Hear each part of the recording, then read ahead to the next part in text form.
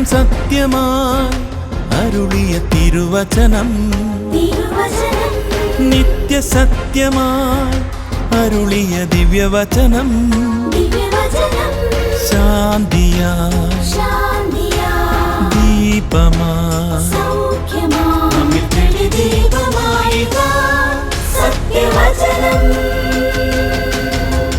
വിടുതലായി രക്ഷയായി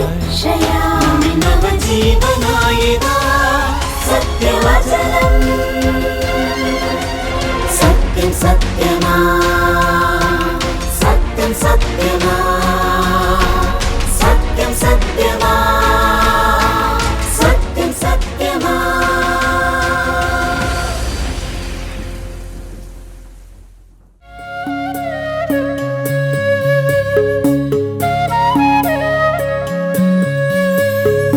നീ മാത്രമാണെൻ ആശ്രയം നാഥാ, നിന്നിൽ മാത്രമാണെൻ ആശ നാഥാ. നീ മാത്രമാണെൻ ആശ്രയം നാഥാ, നിന്നിൽ മാത്രമാണെൻ ആശ നാഥാ. നീ എനിക്കുള്ളേക രക്ഷകൻ, നിന്നിലാണ് പ്രത്യാശ. നീ എനിക്കുള്ളേക രക്ഷകൻ, നിന്നിലാണ് പ്രത്യാശ.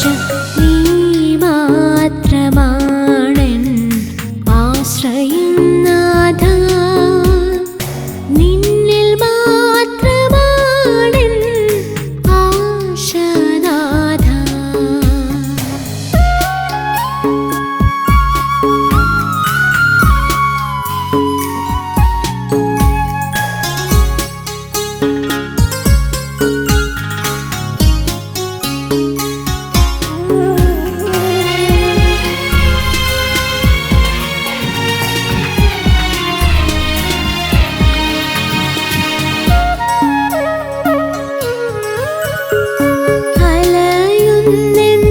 അലയുന്നെന്നാത്മാവിൻ ആശ്രയം നീയേ, അലകൾക്കുമീതെ നടന്നവനേ.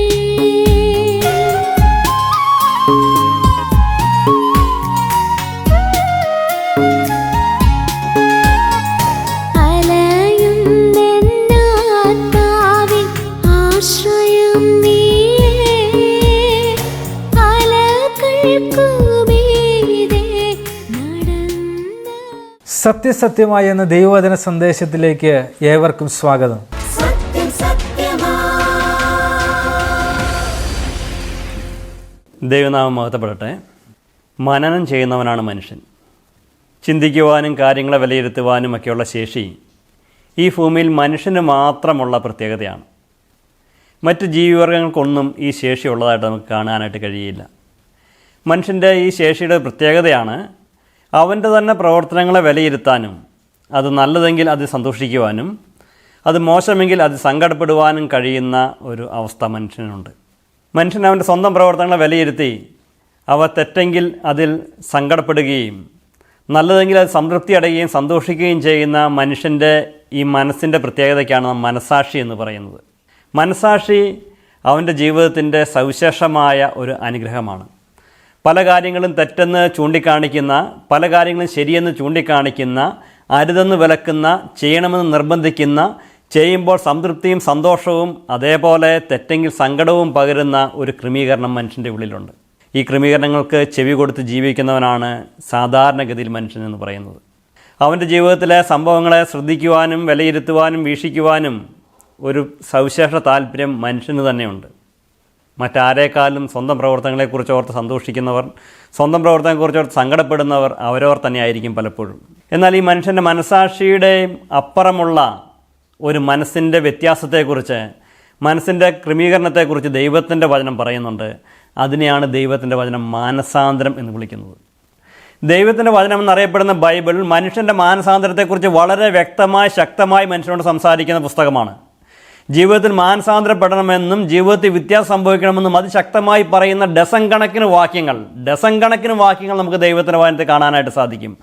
ആളുകളുടെ ജീവിതത്തിൽ, എൻ്റെയും നിങ്ങളുടെയും ജീവിതത്തിൽ വ്യത്യാസം സംഭവിക്കണമെന്ന് പറയുന്ന പുസ്തകമായിട്ട് ദൈവത്തിൻ്റെ വചനം ഇരിക്കുന്നു. പ്രിയ സുഹൃത്തുക്കളെ, ദൈവത്തിൻ്റെ വചനത്തിലേക്ക് വരുമ്പോൾ പുതിയ നിയമത്തിൽ മാനസാന്തര പ്രസംഗകനായ ഒരു മനുഷ്യനെ ദൈവത്തിൻ്റെ വചനം പരിചയപ്പെടുത്തുന്നുണ്ട്. സ്നാപക യോഹന്നാൻ എന്നാണ് അദ്ദേഹത്തിൻ്റെ പേര്. വളരെ സുപരിചിതമായ പേര്, വളരെ പരിചയമുള്ള ഒരു മനുഷ്യനായിട്ടാണ് ക്രിസ്തീയ ലോകത്ത് അദ്ദേഹം ഇരിക്കുന്നത്. എന്നാൽ സ്നാപക യോഹന്നാൻ്റെ പ്രസംഗ വിഷയം ശ്രദ്ധിച്ചാൽ കാണാൻ സാധിക്കും, അദ്ദേഹം മാനസാന്തരപ്പെടണമെന്ന് പറയുമ്പോൾ ആ മനുഷ്യൻ അർത്ഥമാക്കുന്നത് മനുഷ്യൻ്റെ തെറ്റുകളിൽ നിന്ന് ദൈവത്തിലേക്ക് തിരിയണമെന്ന ആശയത്തിലാണ്. അവൻ്റെ ജീവിതത്തിന് ദൈവാഭിമുഖമായ ഒരു വ്യത്യാസം വരണമെന്ന് വളരെ ശക്തമായി മനുഷ്യനോട് സംസാരിച്ച ഒരു മനുഷ്യനായിട്ടാണ് സ്നാപക യോഹന്നാനെ സുവിശേഷങ്ങൾ നമുക്ക് കാണുവാനായിട്ട് സാധിക്കുന്നത്. മനുഷ്യൻ്റെ തെറ്റുകൾക്ക് വ്യത്യാസം വരണമെന്ന് മാത്രമല്ല, അവൻ ദൈവത്തെ ഭയപ്പെട്ട് ജീവിക്കണം എന്ന തരത്തിൽ അവൻ്റെ തെറ്റുകൾക്ക് വ്യത്യാസം വരണമെന്ന് തന്നെ സ്നാപക യോഹന്നാൻ അർത്ഥമാക്കുന്നുണ്ട്.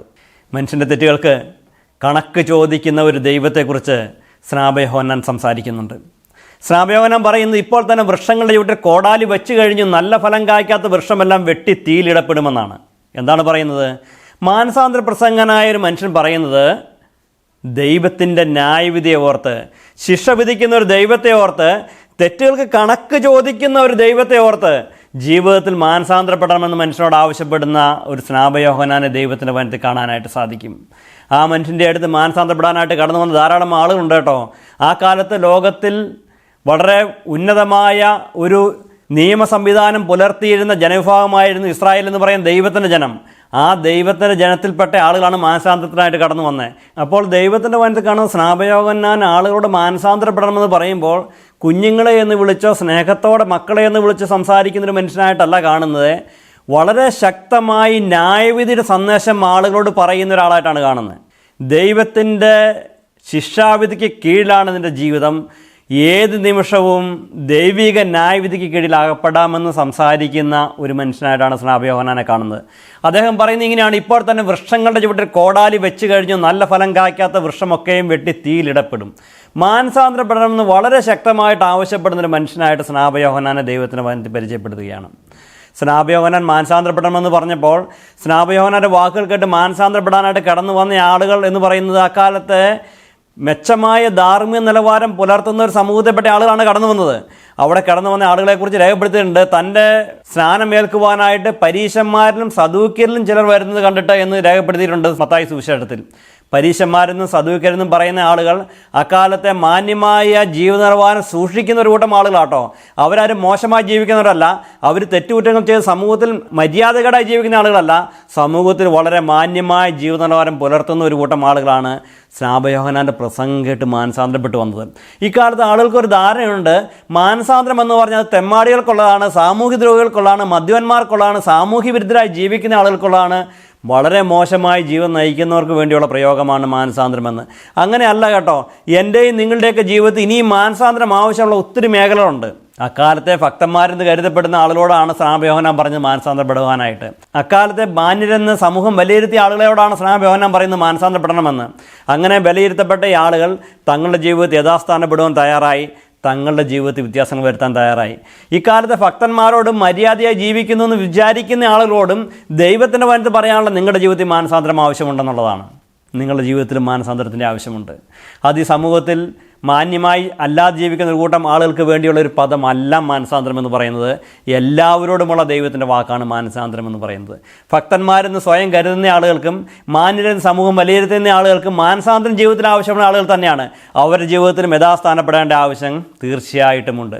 ദൈവാഭിമുഖമായി ജീവിതത്തിൽ വ്യത്യാസം സംഭവിക്കേണ്ട ആവശ്യമുണ്ട്. അതിനാണ് മാനസാന്തരം അഥവാ മനസ്സിൻ്റെ അന്തരം എന്ന അർത്ഥം വരുന്ന ആ വാക്ക് ഉപയോഗിച്ചിരിക്കുന്നത്. ജീവിതത്തിൽ വരുന്ന പല തലങ്ങളിലുള്ള വ്യത്യാസത്തെക്കുറിച്ച് ദൈവത്തിൻ്റെ വചനം സംസാരിക്കുന്നുണ്ട്. ജീവിതത്തിൻ്റെ പ്രാഥമികമായി മാനസാന്തരം എന്ന് പറയുമ്പോൾ ആളുകൾക്ക് ഉണ്ടാകുന്ന ഒന്നാമത്തെ ചിന്ത എന്ന് പറയുന്നത് ധാർമ്മികമായ സ്വഭാവ സവിശേഷതകൾ ഉണ്ടാകേണ്ട മാറ്റത്തെക്കുറിച്ചാണ്. അത്യാഗ്രഹിയായൊരു മനുഷ്യൻ്റെ ജീവിതത്തിൽ മാറ്റം വേണം, സ്വാർത്ഥനായൊരു മനുഷ്യൻ്റെ ജീവിതത്തിൽ മാറ്റം വേണം, മദ്യപനായൊരു മനുഷ്യൻ്റെ ജീവിതത്തിൽ മാറ്റം വേണം, ദുർമാർഗിയായൊരു മനുഷ്യൻ്റെ ജീവിതത്തിൽ മാറ്റം വേണം. ഇങ്ങനെ തെറ്റായ ജീവിതശൈലിയെ സൂക്ഷിക്കുന്ന ധാർമ്മികമായ ഒരു കൂട്ടം പ്രശ്നങ്ങളുടെ മേൽ മനുഷ്യന് വ്യത്യാസം സംഭവിക്കണം, മാനസാന്തരം സംഭവിക്കണമെന്ന് ആളുകൾ ആഗ്രഹിക്കുന്നുണ്ട്. എന്നാൽ മാനസാന്തരത്തിന് ഈ ഒരു തലം മാത്രമല്ല കേട്ടോ ഉള്ളത്, അത് മാനസാന്തരത്തിൻ്റെ പല തലങ്ങളിൽ ഒരു തലം മാത്രമാണ്. തീർച്ചയായിട്ടും ആ തരത്തിലൊരു മാറ്റം ആവശ്യമുണ്ട്. ആ തരത്തിലൊരു മാറ്റം മനുഷ്യർക്ക് ആവശ്യമുണ്ട്. ദൈവത്തിൻ്റെ വചനത്തിൽ വളരെ വ്യക്തമായി രേഖപ്പെടുത്തിയിരിക്കുന്ന യാഥാർത്ഥ്യമുണ്ട്. ഈ മാറ്റം എന്ന് പറയുന്നത് ഉള്ളിൽ നടക്കുന്ന ഒന്നാണ് അല്ലേ. അത് ഹൃദയങ്ങളിൽ വരുന്ന വ്യത്യാസത്തെക്കുറിച്ചാണ് പറയുന്നത്. ഹൃദയങ്ങളിൽ വരുന്ന അതിനല്ല മാനസാന്തരം എന്ന്. മനസ്സിന് വരുന്ന അന്ധതത്തെക്കുറിച്ചാണ് വരുന്നത്. കേവലം പെരുമാറ്റങ്ങളിൽ വരുന്ന വ്യത്യാസത്തെക്കുറിച്ചല്ല പറയുന്നത്. ഉള്ളിൽ നടക്കുന്ന വ്യത്യാസത്തിൻ്റെ അനന്തരഫലമായി പെരുമാറ്റങ്ങൾ ഉണ്ടാകുന്ന വ്യത്യാസത്തെക്കുറിച്ചാണ് പറയുന്നത്.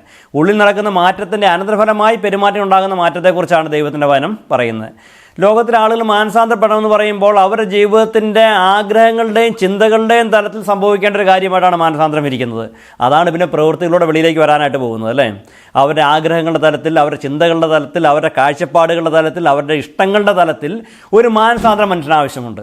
ഈ തരത്തിലൊരു മാനസാന്തരം മനുഷ്യർക്ക് തീർച്ചയായിട്ടും അത്യാവശ്യമാണ്. ഈ ലോകത്ത് നമ്മുടെ ചുറ്റും നടക്കുന്ന, നമ്മളെ വേദനിപ്പിക്കുന്ന ഒത്തിരി തെറ്റുകുറ്റങ്ങളുണ്ട്. പിഞ്ചു കുഞ്ഞുങ്ങൾ ഉപദ്രവിക്കുന്ന കാണുമ്പോൾ ആളുകൾക്ക് വേദന ഉണ്ടാകാറുണ്ട്. അതുപോലെ നിഷ്കളങ്കരെന്ന് കരുതപ്പെടുന്ന ആളുകൾ ഉപദ്രവിക്കുമ്പോൾ വേദന ഉണ്ടാകാറുണ്ട്. നിസ്സഹായരെന്ന് കരുതപ്പെടുന്ന ആളുകൾ ഉപദ്രവിക്കപ്പെടുമ്പോൾ ആളുകൾക്ക് വേദനകൾ ഉണ്ടാകാറുണ്ട്. എന്നാൽ പ്രിയ സുഹൃത്തുക്കളെ, നമ്മുടെയൊക്കെ ഉള്ളിൻ്റെ ഉള്ളിൽ നമ്മൾ വേദനിക്കുന്ന അതേ തെറ്റുകൾ ചെയ്യാനുള്ള സാധ്യത കിടപ്പുണ്ട് കേട്ടോ. മറ്റുള്ളവരുടെ ജീവിതത്തിൽ കണ്ടിട്ട് നമുക്ക് വേദന ഉണ്ടാകുന്ന അതേ തെറ്റുകൾ ചെയ്യാനുള്ള സാധ്യത നമ്മുടെയൊക്കെ ഉള്ളിൻ്റെ ഉള്ളിൽ കിടപ്പുണ്ട്. ദൈവത്തിൻ്റെ മഹാകൃപയാൽ പലപ്പോഴും വഴിതെറ്റിപ്പോകാതെ ദൈവം സൂക്ഷിക്കുന്ന ഒരു കൂട്ടം ആളുകളാണ് മനുഷ്യർ. ദൈവം തൻ്റെ കരം ഒന്ന് എടുത്ത് മാറ്റിയിരുന്നെങ്കിൽ എത്രത്തോളം അധപ്പതിക്കുമെന്ന് നമുക്ക് പറഞ്ഞ് അറിയിക്കാൻ സാധിക്കാത്തത്ര ആഴത്തിലേക്ക് വീഴുവാൻ സാധ്യതയുള്ള ഒരു കൂട്ടം ആളുകളാണ് മനുഷ്യർ. അതുകൊണ്ട് മാനസാന്തരം എന്ന് പറയുന്നത് എല്ലാവരുടെയും ജീവിതത്തിൽ ഉണ്ടാകേണ്ടതാണ്. അത് ധാർമ്മികമായ മേഖലകളിൽ തീർച്ചയായിട്ടും ഉണ്ടാകേണ്ട ഒന്ന് തന്നെയാണ്. എന്തുകൊണ്ട് മാനസാന്തരപ്പെടണം? ഈ ധാർമ്മികമായ തെറ്റുകൾക്കെതിരെ ശിക്ഷ വിധിക്കുന്ന ദൈവമുണ്ടെന്ന് സ്നാപയോഹന്നാൻ പറഞ്ഞ അതേ വാക്കുകളോർത്ത് മാനസാന്തരപ്പെടണം. ദൈവത്തെ ഭയപ്പെട്ട് പാപത്തെ വെറുത്ത് ദൈവത്തേക്ക് തിരിയാനായിട്ട് സാധിക്കണം.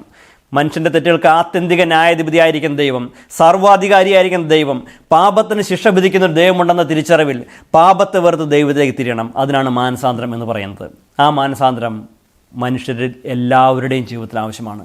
ചില ആളുകളുടെ ജീവിതത്തിലല്ല, ഏതാനും ചില വ്യക്തികളുടെ ജീവിതത്തിൽ വരേണ്ടതല്ല, ചില സാമൂഹ്യ ദ്രോഹികൾ എന്ന് പറയുന്ന ആളുകളുടെ ജീവിതത്തിൽ ഉണ്ടാകേണ്ടതല്ല. സകല മനുഷ്യരുടെ ജീവിതത്തിലും മാനസാന്തരം അത്യാവശ്യമാണ്. ആ കാലത്ത് ദൈവത്തിൻ്റെ വചനത്തിൻ്റെ പഠിതാക്കളും ഉപദേശകരും ദൈവവചനപ്രകാരം ജീവിക്കാൻ ശ്രമിച്ചിരുന്നവരുമായ ഒരു കൂട്ടം ആളുകളായിരുന്നു പരീശന്മാർ. അവരാണ് ആ കാലത്ത് മാനസാന്തരപ്പെട്ട ഒരു കൂട്ടം ആളുകൾ. പ്രിയ സ്നേഹിതരെ, നമ്മുടെയും ജീവിതത്തിൽ ഈ തരത്തിലുള്ള വ്യത്യാസം ഉണ്ടാകേണ്ട ആവശ്യമുണ്ട്. അതായത് ധാർമ്മിക മേഖലയിൽ ഒരു മാനസാന്തരം മനുഷ്യ ജീവിതങ്ങളിൽ ആവശ്യമാണ്. തീർന്നില്ല കേട്ടോ, ആചാരപരമായ മേഖലയിൽ മാനസാന്തരം നമുക്ക് ആവശ്യമുണ്ട്.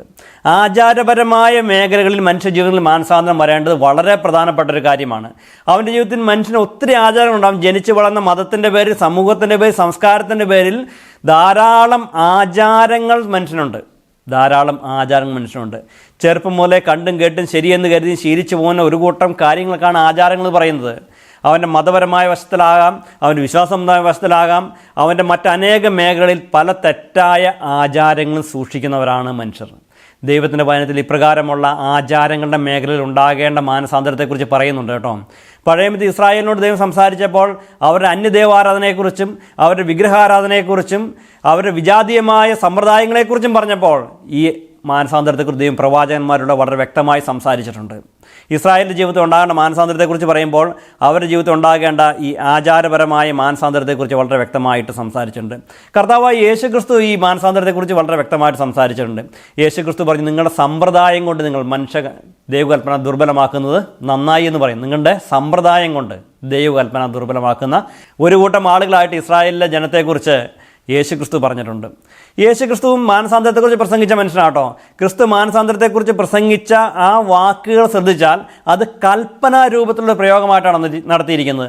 മാനസാന്തരപ്പെടണമെന്ന് കൽപ്പിച്ചിരിക്കുന്നതായിട്ട് കാണാൻ സാധിക്കും. കൽപ്പനയുടെ പ്രത്യേകത എന്താണ്? ഇഷ്ടമുണ്ടെങ്കിൽ സ്വീകരിക്കാം, അല്ലെങ്കിൽ വേണ്ട എന്ന് വയ്ക്കാൻ സാധിക്കുന്ന ഒന്നല്ല കൽപ്പന. ചില കാര്യങ്ങൾ ആൾ സ്വീകരിക്കുന്നത് ഇഷ്ടത്തിൻ്റെ അടിസ്ഥാനത്തിലാണ്. എനിക്കിത് ഇഷ്ടപ്പെട്ടതാണ്, അതുകൊണ്ട് കുഴപ്പമില്ല. എനിക്കിത് ഇഷ്ടമല്ല, അതുകൊണ്ട് വേണ്ട. അങ്ങനെ ആൾ ചിന്തിക്കുകയും തീരുമാനിക്കുകയും ചെയ്യുന്ന ഈ ലോകത്ത് മാനസാന്തരം എന്ന് പറയുന്നത് നിർബന്ധമാണ്. അത് ദൈവകൽപ്പനയാണ്. പ്രപഞ്ച സൃഷ്ടാവിൻ്റെ സർവാധികാരിയുടെ കൽപ്പനയാണ്. ഇഷ്ടമുണ്ടെങ്കിൽ സ്വീകരിക്കാനും ഇഷ്ടമില്ലെങ്കിൽ മാറ്റിവെക്കാനും അനുവാദമുള്ള ഒന്നായിട്ടല്ല ആവശ്യപ്പെട്ടിരിക്കുന്നത്. വളരെ വ്യക്തമായ കൽപ്പനയാണ്. ഈ കൽപ്പന പറഞ്ഞിരിക്കുന്നതിൻ്റെ ഒരു തലമാണ് അവൻ ആദ്യം പറഞ്ഞത്. അവൻ്റെ ധാർമ്മിക സ്വഭാവ വിശേഷങ്ങളിൽ മാനസാന്തരം ആവശ്യമുണ്ട്. രണ്ടാമത്തെ തലമാണ് അവൻ്റെ ആചാരങ്ങളിൽ മാനസാന്തരം ആവശ്യമുണ്ട്. ദൈവത്തിൻ്റെ ജനമെന്ന് അവകാശപ്പെട്ട ഒരു കൂട്ടം ആളുകൾ, ദൈവത്തിന് സ്വന്തം ആൾക്കാരെന്ന് സ്വയം വിശേഷിപ്പിച്ച ഒരു കൂട്ടം ആളുകൾ. അവർ തങ്ങളുടെ പ്രവൃത്തികളോടുള്ള ബന്ധത്തിൽ മാത്രമല്ല, അവരുടെ ആചാരങ്ങളിലൂടെയുള്ള ബന്ധത്തിൽ മാനസാന്തരം ആവശ്യമുള്ളവരാണ് എന്ന് കർത്താവായ യേശു ക്രിസ്തു പറഞ്ഞു. ക്രിസ്തു പറഞ്ഞ വാക്ക് അവരുടെ ട്രഡീഷൻ എന്ന് പറഞ്ഞു, അവരുടെ പാരമ്പര്യങ്ങൾ എന്നാണ് പറഞ്ഞ്. അവരുടെ പാരമ്പര്യങ്ങൾ കൊണ്ട് ദൈവകൽപ്പന ദുർബലമാക്കുവാൻ, അവരുടെ പാരമ്പര്യങ്ങൾ കൊണ്ട് ദൈവത്തിൻ്റെ വചനത്തിൻ്റെ അരുളപ്പാടുകളിൽ നിന്നും വ്യതിചലിക്കുവാൻ ശ്രമിച്ച ഒരു കൂട്ടം ആളുകളുടെ മുഖത്ത് നോക്കി അത് നന്നായി എന്ന് യേശു ക്രിസ്തു പരിഹാസ രൂപേണ പറയുന്ന പ്രയോഗം നമുക്ക് ദൈവത്തിന് മുന്നിൽ കാണാനായിട്ട് സാധിക്കും. പ്രിയ സഹോദരങ്ങളെ, മനുഷ്യൻ്റെ ആചാരങ്ങളുടെ മേഖലയിൽ മാനസാന്തരം ആവശ്യമുണ്ട്. അപ്പോസ്തലനായ പൗലോസ് നടത്തുന്നൊരു പ്രസംഗം അപ്പോസ്തല പ്രവൃത്തി 17-ാം അധ്യായത്തിൽ രേഖപ്പെടുത്തിയിട്ടുണ്ട്. അപ്പോസ്തല പ്രവൃത്തി 17-ാം അധ്യായത്തിലേക്ക് വരുമ്പോൾ പൗലോസിൻ്റെ പ്രസംഗത്തെക്കുറിച്ച് പറയുമ്പോൾ ഇങ്ങനെയാണ് പറയുന്നത്. അതിൻ്റെ 29-30 വാക്യങ്ങൾ ഇങ്ങനെ കാണാൻ സാധിക്കും. നാം ദൈവത്തിൻ്റെ സന്താനം എന്ന് വരികയാൽ ദൈവം മനുഷ്യൻ്റെ ശില്പബുദ്ധിയും സങ്കല്പവും കൊണ്ട് കൊത്തി തീർക്കുന്ന പൊൻ, വെള്ളി, കല്ല് എന്നിവയുടെ സദൃശ്യം നിരൂപിക്കേണ്ടതല്ല. എന്നാൽ അറിയായ്മയുടെ കാലങ്ങളെ ദൈവം ലക്ഷ്യമാക്കാതെ ഇപ്പോൾ എല്ലായിടത്തും എല്ലാവരും മാനസാന്തരപ്പെടണമെന്ന് മനുഷ്യരോട് കൽപ്പിക്കുന്നു. എന്ത് മാനസാന്തരത്തെക്കുറിച്ചാണ് പൗലോസ് പറയുന്നത്? പൗലോസ് പറയുന്നത് അവരുടെ വിശ്വാസ സംബന്ധമായ വിഷയങ്ങൾ ഉണ്ടാകേണ്ട മാനസാന്തരത്തെക്കുറിച്ചാണ്. അഥവാ അവരുടെ മതപരമായ ജീവിതത്തിൽ ഉണ്ടാകേണ്ട മാനസാന്തരത്തെക്കുറിച്ചാണ്. അവരുടെ ആചാരങ്ങളുടെ മേഖല ഉണ്ടാകുന്ന മാനസാന്തരത്തെക്കുറിച്ചാണ് പറയുന്നത്. അവരുടെ ജീവിതത്തിൻ്റെ ചില ധാർമ്മിക ഗുണങ്ങൾ ഉണ്ടാകേണ്ട മാനസാന്തരത്തെക്കുറിച്ച് അല്ലാട്ടോ അവിടെ പറയുന്നത്. ആചാരപരമായ വിഷയങ്ങളിൽ ജീവിതത്തിൽ ഉണ്ടാകേണ്ട മാനസാന്തരം. നമ്മുടെ ആചാരങ്ങളെന്ന് പറയുന്നത്, ആത്മീക വശത്തോടെ മനുഷ്യൻ ചെയ്തു കൂട്ടുന്ന ആചാരങ്ങളെന്ന് പറയുന്നത് ദൈവത്തിൻ്റെ വചനത്തിൻ്റെ പ്രമാണങ്ങളുമായിട്ട് പൊരുത്തപ്പെടുന്നതല്ല എങ്കിൽ അവിടെ മാനസാന്തരം ആവശ്യമുണ്ട് എന്നാണ് ആവശ്യപ്പെടുന്നത്. ഒരുപക്ഷെ ആളുകൾക്ക് അംഗീകരിക്കാൻ വിഷമമുള്ളൊരു മേഖലയാണത്. തങ്ങളുടെ ആചാരങ്ങളെന്ന് പറയുന്നത്, തങ്ങൾ ഗുണമെന്ന് കരുതി ചെയ്യുന്ന കാര്യങ്ങളെന്ന് പറയുന്നത്, തങ്ങൾ നല്ലതെന്ന് കരുതി ചെയ്യുന്ന കാര്യങ്ങളെന്ന് പറയുന്നത് ദൈവവചനത്തിൻ്റെ പ്രമാണങ്ങളുമായിട്ട് പൊരുത്തപ്പെടുന്നതല്ലെങ്കിൽ വ്യത്യാസം വരുത്തണമെന്ന് പറഞ്ഞാൽ ആളുകൾക്ക് അംഗീകരിക്കാനായിട്ട് പലപ്പോഴും പ്രയാസമാണ്. ആളുകൾക്ക് ഉൾക്കൊള്ളുവാനായിട്ട് പ്രയാസമാണ്. ആ മേഖലകളിൽ മാനസാന്തരപ്പെടണമെന്ന് ദൈവത്തിൻ്റെ വചനത്തിൽ വളരെ വ്യക്തമായിട്ട് പഴയ നിയമത്തിലും പുതിയ നിയമത്തിലും രേഖപ്പെടുത്തിയിട്ടുണ്ട്. പഴയ നിയമ പ്രവാചകന്മാർ സംസാരിച്ചപ്പോൾ ഇസ്രായേൽ ജനത്തിന് തെറ്റിപ്പോയ ഒരു ആചാരത്തിൻ്റെ മേഖലയെക്കുറിച്ച് പറഞ്ഞു. ചുറ്റുമുള്ള വിജാതികളുടെ ആരാധനാ സംവിധാനങ്ങളിലേക്ക് അവരുടെ ആചാര രീതികൾ വഴുതിപ്പോയി. ദൈവം അതിൽ നിന്നൊരു മടങ്ങിവരവിന് ഇസ്രായേൽ ജനത്തെ ആഹ്വാനം ചെയ്യുന്ന ധാരാളം വാക്യങ്ങൾ പ്രവാചക പുസ്തകങ്ങളിൽ കാണാനായിട്ട് സാധിക്കും. പുതിയ നിയമത്തിൽ കർത്താവായ യേശു ക്രിസ്തു പറയുന്നുണ്ട്. നമ്മൾ അപ്പോസ്തല പ്രവൃത്തിയിൽ വായിച്ച അപ്പോസ്തലനായ പൗലോസ് ഇതേ കാര്യം വീണ്ടും ആവർത്തിക്കുന്നതായിട്ടാണ് കാണുന്നത്. വീണ്ടും അവരുടെ മടങ്ങിവരവിനെക്കുറിച്ച് നമുക്ക് കാണാനായിട്ട് സാധിക്കും. ദൈവത്തിൻ്റെ മനത്തിൻ്റെ വാക്യമുണ്ട്. വീണ്ടും അവരുടെ മടങ്ങിവരവിനെക്കുറിച്ച് ദൈവത്തിൻ്റെ മനത്തിൽ കാണാൻ സാധിക്കുന്ന വാക്യങ്ങൾ ധാരാളമുണ്ട്. ഒരു വാക്യം നമുക്ക് നോക്കാം. തെസ്സലോനിക്കർക്ക് എഴുതിയ 1-ാം ലേഖനം 1-ാം അധ്യായത്തിൻ്റെ 9-ാമത്തെ വാക്യത്തിൽ ഇങ്ങനെ പറയുന്നുണ്ട്. നിങ്ങൾ വിഗ്രഹങ്ങളെ വിട്ട് ദൈവത്തെങ്കിലേക്ക് എങ്ങനെ തിരിഞ്ഞു വന്നു എന്നും അവർ തന്നെ പറയുന്നു. നിങ്ങൾ വിഗ്രഹങ്ങളെ വിട്ട് ദൈവത്തെങ്കിലേക്ക് എങ്ങനെ തിരിഞ്ഞു വന്നു എന്നും. അവരുടെ ആചാരത്തിൽ, അവരുടെ വിശ്വാസത്തിൻ്റെ കാര്യത്തിൽ, അവരുടെ ആചാരത്തിൻ്റെ കാര്യത്തിൽ ഉണ്ടായ ഒരു മാനസാന്തരത്തെക്കുറിച്ച് തന്നെയാണ് പറയുന്നത്. അവരുടെ ആചാരപര മേഖലയിലുണ്ടായ ഒരു മാനസാന്തരത്തെക്കുറിച്ച് തന്നെയാണ് അവിടെ രേഖപ്പെടുത്തിയിരിക്കുന്നത്. മൂന്നാമത് മറ്റൊരു തരത്തിൽപ്പെട്ട മാനസാന്തരത്തെക്കുറിച്ചും ദൈവത്തിൻ്റെ വചനം പറയുന്നത് നമുക്ക് ശ്രദ്ധിക്കാനായിട്ട് സാധിക്കും. അവൻ്റെ വിശ്വാസത്തിൻ്റെ മേഖലയിൽ, അഥവാ ആത്മരക്ഷയ്ക്ക് ആവശ്യമായ വിശ്വാസത്തിൻ്റെ മേഖലയിൽ ഉണ്ടാകേണ്ട മാനസാന്തരത്തെക്കുറിച്ചാണ് ദൈവത്തിൻ്റെ വചനം പറയുന്നത്. ആത്മരക്ഷയ്ക്ക് ആവശ്യമായ വിശ്വാസത്തിൻ്റെ മേഖലയിലും മനുഷ്യ മാനസാന്തരം തീർച്ചയായിട്ടും ഉണ്ടാകേണ്ട ആവശ്യമുണ്ട്. അപ്പോസ്തല പ്രവൃത്തി 2-ാം അധ്യായത്തിലേക്ക് വരുമ്പോൾ അവിടെ ലോകത്തിൻ്റെ നാനാഭാഗത്ത് ഒരുമിച്ച് കൂടിയ യഹൂദ മതവിശ്വാസികളായ ആളുകളുണ്ട്. പെന്തക്കോസ്ത് പെരുന്നാളിനോട് ഒരുമിച്ച് കൂടിയ ആളുകളാണ്. അവർ എന്ത് ചെയ്യണമെന്ന് പത്രോസിന് ചോദിക്കുമ്പോൾ പത്രോസ് പറയുന്നത് മാനസാന്തരപ്പെടാൻ ആവശ്യപ്പെടുന്നത്. മാനസാന്തരപ്പെടാൻ ഏത് വിഷയത്തിൽ? ആത്മരക്ഷയ്ക്ക് ആവശ്യമായ വിശ്വാസത്തോടുള്ള ബന്ധത്തിൽ മാനസാന്തരം സംഭവിക്കണമെന്നാണ് പത്രോസ് അവിടെ ആവശ്യപ്പെടുന്നത്. മാനസാന്തരം പലപ്പോഴും നടക്കാൻ ബുദ്ധിമുട്ടുള്ള ആളുകൾ ഇഷ്ടപ്പെടാത്തൊരു മേഖലയാണത്. അവരുടെ ആത്മരക്ഷ സ്വന്തം പ്രവൃത്തികളുടെ അടിസ്ഥാനത്തിലും സ്വന്തം അധ്വാനം കൊണ്ടും സ്വന്തം മതകർമ്മം കൊണ്ടും സ്വന്തം പുണ്യപ്രവൃത്തികൾ കൊണ്ടും നേടിയെടുക്കാമെന്ന് വിശ്വസിക്കുന്ന ഒരു ലോകത്താണ് നാം ജീവിക്കുന്നത്. ഓരോരുത്തരും അങ്ങനെ കരുതുന്ന ആളുകളാണ്, അല്ലേ? നന്നായിട്ട് ജീവിച്ച് ദൈവത്തെ പ്രസാദിപ്പിക്കാമെന്ന് കരുതുന്ന ആളുകൾ, തങ്ങളുടെ മതത്തിൻ്റെ ആചാരങ്ങളും അനുഷ്ഠാനങ്ങളും അനുഷ്ഠിച്ച് ദൈവത്തെ പ്രസാദിപ്പിച്ചേക്കാമെന്ന് കരുതുന്ന ആളുകൾ, പുണ്യസ്ഥല സന്ദർശനങ്ങളോടെയും മലകൾ കയറിയും നോമ്പുകൾ നോക്കിയും ഒക്കെ ദൈവത്തെ പ്രസാദിപ്പിക്കാമെന്ന് കരുതുന്ന ആളുകളാണ് നമുക്ക് ചുറ്റുമുള്ള ബഹുഭൂരിപക്ഷം ആളുകളും. ഒരു പക്ഷേ എന്നെ കേൾക്കാൻ നിങ്ങളും അങ്ങനെയുള്ള ആളുകളായിരിക്കാം. എന്നാൽ ദൈവത്തിൻ്റെ വചനം ഈ വിഷയത്തിലൊരു മാനസാന്തരം ആവശ്യപ്പെടുന്നുണ്ട്. ഈ വിഷയത്തിൽ മാനസാന്തരം ആവശ്യപ്പെടുന്നുണ്ട്. പെന്തക്കോസ്ത പെരുന്നാളിൽ യെരുശലേമിൽ ഒരുമിച്ച് കൂടിയ യഹൂദന്മാരെന്ന് പറഞ്ഞാൽ കഷ്ടപ്പെട്ട് വന്ന ആളുകളാണ്, യാത്ര ചെയ്ത് വന്നവരാണ്, മൈലുകൾ യാത്ര ചെയ്ത് വന്നവരാണ്, ആയിരക്കണക്കിന് കിലോമീറ്റർ ഒരുപക്ഷെ യാത്ര ചെയ്ത് എത്തിച്ചേർന്ന ആളുകളാണ്, തീർത്ഥാടന സ്ഥലങ്ങളിലേക്ക് എത്തിച്ചേർന്ന ആളുകളാണ്, ലോകത്തിൻ്റെ നാനാഭാഗത്ത് വന്നുകൂടിയ ആളുകളാണ്. അവരുടെ ജീവിതത്തിൽ മാനസാന്തരം ആവശ്യപ്പെടുകയാണ് പത്രോസ്. ഏത് മേഖലയിൽ? ആത്മരക്ഷയ്ക്ക് ആവശ്യമായ വിശ്വാസത്തിൻ്റെ കാര്യത്തിൽ മാനസാന്തരം സംഭവിക്കണം. പെന്തക്കോസ്ത് പെരുന്നാളിൽ യെരുശലേമിൽ ഒരുമിച്ച് ചേർന്ന് ഏതാനും മതപരമായ ആചാരം കൊണ്ട് തങ്ങളുടെ ആത്മരക്ഷ പ്രാപിച്ചേക്കാമെന്ന് ചിന്തിക്കുന്ന ഒരു സമൂഹത്തോട് നോക്കിയിട്ട് പത്രോസ് പറയുകയാണ്, നിങ്ങൾക്ക് മാനസാന്തരം സംഭവിക്കണം. എങ്ങനെ? യേശു ക്രിസ്തുവിലുള്ള വിശ്വാസത്തിലേക്ക് നിങ്ങളുടെ വിശ്വാസം മാനസാന്തരപ്പെടണം. നിങ്ങളുടെ പ്രവൃത്തികൾ കൊണ്ട് രക്ഷ പ്രാപിക്കാമെന്നുള്ള വിശ്വാസത്തിൽ നിന്നും കാൽവരിയിൽ മരിച്ച ഒരു കർത്താവായ യേശു ക്രിസ്തുവിലുള്ള വിശ്വാസത്തിലേക്ക് നിങ്ങളുടെ ജീവിതത്തിന് മാനസാന്തരം സംഭവിക്കണം. രക്ഷയ്ക്കാവശ്യമായ വിശ്വാസത്തിൻ്റെ കാര്യത്തിൽ മാനസാന്തരം സംഭവിക്കണമെന്ന് പത്രോസ് അവിടെ പറയുകയാണ്. രക്ഷയ്ക്കാവശ്യമായ വിശ്വാസത്തിൻ്റെ കാര്യത്തിൽ മാനസാന്തരം സംഭവിക്കണം. നസ്രായനായ യേശുവിനെക്കുറിച്ച് പത്രോസിന് പറയാനുണ്ട്. യഹൂദന്മാരാൽ ക്രൂരമായി പീഡിപ്പിക്കപ്പെട്ട, റോമാക്കാരാൽ ക്രൂശിക്കപ്പെട്ട ഒരു ക്രിസ്തുവിനെക്കുറിച്ച് പത്രോസിന് പരിചയപ്പെടുത്താനുണ്ട്. പഴയ നിയമത്തിൻ്റെ താളുകളിൽ പ്രവാചകന്മാർ രേഖപ്പെടുത്തിയിരുന്ന ഒരു രക്ഷകനെക്കുറിച്ച് പത്രോസിന് പറയാനായിട്ടുണ്ട്. യഹൂദന്മാരുടെ ആചാരപരമായ ബലികളിലൂടെ അവർ ഓർക്കാൻ ശ്രമിച്ച ഒരു രക്ഷകനെക്കുറിച്ച് പത്രോസിന് പറയാനായിട്ടുണ്ട്. കാൽവരിയിൽ ക്രൂരമായി കൊല ചെയ്യപ്പെട്ട ഒരു രക്ഷകനെക്കുറിച്ച് പത്രോസിന് പറയാനായിട്ടുണ്ട്. എൻ്റെയും നിങ്ങളുടെയും പാപങ്ങളുടെ ശിക്ഷ ഏറ്റെടുത്തുകൊണ്ട് കുരിശിൽ പിടഞ്ഞു മരിച്ചൊരു കർത്താവിനെക്കുറിച്ച് പത്രോസിന് പറയാനായിട്ടുണ്ട്. പ്രിയ സുഹൃത്തുക്കളെ, ഈ മേഖലയിൽ നമ്മുടെ ആത്മരക്ഷയ്ക്ക് ആവശ്യമായ വിശ്വാസത്തിൽ ഒരു മാനസാന്തരം സംഭവിക്കേണ്ട ആവശ്യമുണ്ട്. എൻ്റെയും നിങ്ങളുടെയും പാപത്തിൻ്റെ ശിക്ഷ നമുക്ക് പകരം ഏറ്റെടുത്തുകൊണ്ട് കുരിശിൽ മരിച്ചൊരു കർത്താവുണ്ട്. ക്രിസ്തു മരിച്ചത് എന്തിനു വേണ്ടിയാണെന്ന് ചോദ്യം ചോദിച്ചാൽ ക്രിസ്തീയ പശ്ചാത്തലമുള്ള എല്ലാവരും പറയും നമുക്ക് വേണ്ടിയെന്ന് പറയും. നമ്മുടെ എന്തിനു വേണ്ടിയെന്ന് ചിലപ്പോൾ ആൾ പറഞ്ഞെന്ന് വരും, നമ്മുടെ പാപങ്ങളുടെ പരിഹാരത്തിന് വേണ്ടിയെന്നും കൂടെ പറഞ്ഞെന്ന് വരും. എന്നാൽ അതുകൊണ്ട് നിങ്ങളുടെ പാപങ്ങൾ പരിഹരിക്കപ്പെട്ടോ എന്ന ചോദ്യത്തിന് പലപ്പോഴും ആളുകൾക്ക് നിശബ്ദതയാണ് മറുപടി. അറിയില്ല.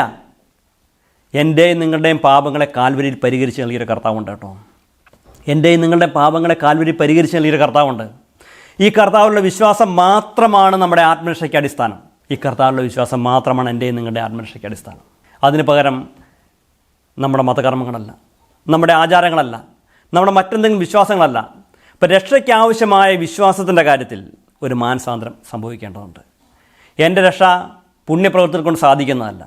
എൻ്റെ രക്ഷ ഏതെങ്കിലും മതത്തിൻ്റെ ആചാരം കൊണ്ട് നേടിയെടുക്കാൻ സാധിക്കുന്ന ഒന്നല്ല. എൻ്റെ രക്ഷ ഏതെങ്കിലും സൽപ്രവൃത്തികൾ കൊണ്ട് നേടിയെടുക്കാൻ സാധിക്കുന്നതല്ല. അത് യേശു ക്രിസ്തുവിൻ്റെ ഒരു പകരം മരണത്തിലൂടെ ക്രിസ്തു സാധ്യമാക്കിയ ഒന്നാണ്.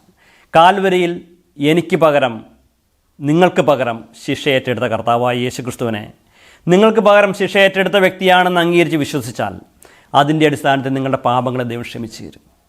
ഈ മേഖലയിൽ മാനസാന്തരം സംഭവിച്ചവരായി, ആത്മരക്ഷയ്ക്ക് ആവശ്യമായ വിശ്വാസത്തിൻ്റെ കാര്യത്തിൽ മാനസാന്തരം സംഭവിച്ചവരായി ജീവിതം അനുഗ്രഹകരമായി തീരുവാൻ ഈ സന്ദേശം കേട്ട സകല ആളുകളെയും സർവശക്തനായ ദൈവം അനുഗ്രഹിക്കുമാർ.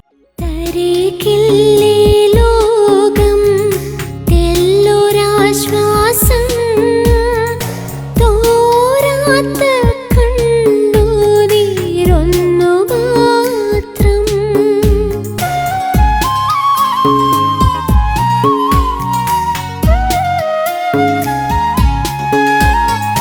തരികില്ലേ ലോകം തെല്ലൊരാശ്വാസം.